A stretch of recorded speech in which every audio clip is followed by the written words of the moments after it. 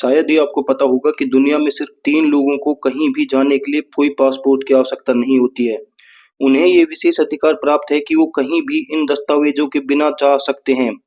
जब वे विदेश यात्रा करते हैं तो उनसे कोई पासपोर्ट के लिए बारे में नहीं पूछता है। बावजूद इसके उन्हें पूरा आदर सम्मान दिया जाता है।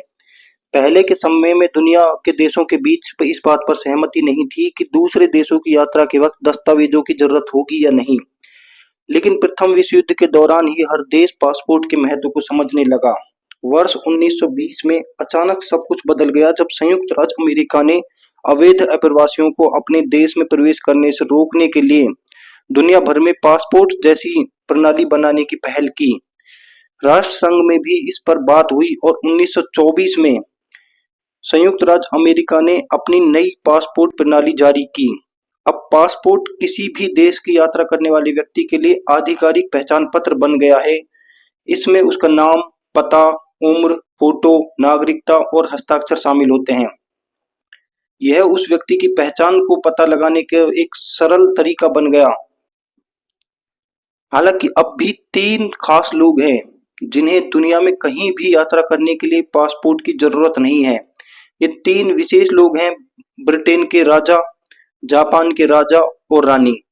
चार्ल्स के ब्रिटेन के राजा बनने से पहले यह विशेष अधिकार दिवंगत महारानी एलिजाबेथ के पास था। जब एलिजाबेथ महारानी थी तो उन्हें विशेष अधिकार प्राप्त था, लेकिन उनके पति प्रिंस फिलिप के पास राजनयिक पासपोर्ट होना जरूरी था। ब्रिटेन में सबसे पहले सम्मान राज सिंहासन पर बैठे व्यक्ति को दिया जाता है। वहीं रानी के पति को हमेशा राजकुमार कहा जाता है। जैसे ही चार्ल्स ब्रिटेन के राजा बने, उनके सचिव ने अपने देश के विदेश कार्यालय के माध्यम से सभी देशों को एक दस्तावेज संदेश भेजा। किंग चार्ल्स अब ब्रिटिश शाही परिवार के मुखिया हैं, इसलिए उन्हें पूरे सम्मान के साथ कहीं भी जाने की अनुमति दी जानी चाहिए। इस दौरान कोई भी बाधा नहीं होनी चाहिए।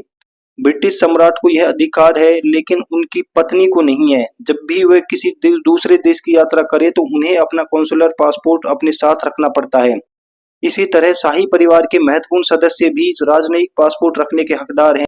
इस प्रकार के पासपोर्ट रखने से उन्हें विशेष सम्मान दिया जाता है। आइए अब जानते हैं कि जापान के सम्राट और महारानी को ये विशेष अधिकार क्यों और कैसे मिला। जापान के वर्तमान सम्राट नारुहितो हैं। उनकी पत्नी मसाको ओवाटा जापान की महारानी थी और उन्होंने अपने पिता अकिहितो के सम्राट पद छोड़ने के बाद ये पद संभाला था। जब तक उनके पिता जापान के सम्राट थे, उन्हें और उनकी पत्नी को पासपोर्ट रखने की आवश्यकता नहीं थी।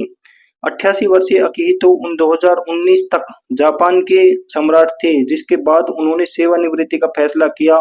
ऐसे में अब उन्हें विदेश यात्रा के दौरान कॉन्सुलर पासपोर्ट साथ रखना होगा। जापान के सरकारी दस्तावेज बताते हैं कि विदेश मंत्रालय ने अपने सम्राट और साम्राज्ञी के लिए यह विशेष व्यवस्था 1971 में शुरू की थी। जापान का विदेश मंत्रालय और ब्रिटेन के राजा का सचिवालय तीनों के विदेश जाने की स्थिति में संबंधित देश को पहले ही जानकारी भेज देते हैं। दुनिया के सभी प्रधानमंत्रियों और राष्ट्रपतियों को एक देश से दूसरे देश की यात्रा करते समय पासपोर्ट रखना अनिवार्य होता है। उनके पासपोर्ट काउंसलर पासपोर्ट होते हैं, जिसमें उन्हें सुरक्षा जांच इत्यादि से भी छूट प्राप्त होती है। भारत में यह अधिकार भारत के प्रधानमंत्री, राष्ट्रपति और उपराष्ट्रपति को प्राप्त होता है। ऐसे ही और जानकारी के लिए सब्सक्राइब टू 360XYZ, जहां आपको मिले crime, motivation, entertainment, history, polity, geography, सारा ज्ञान बस एक जगह। Thank you.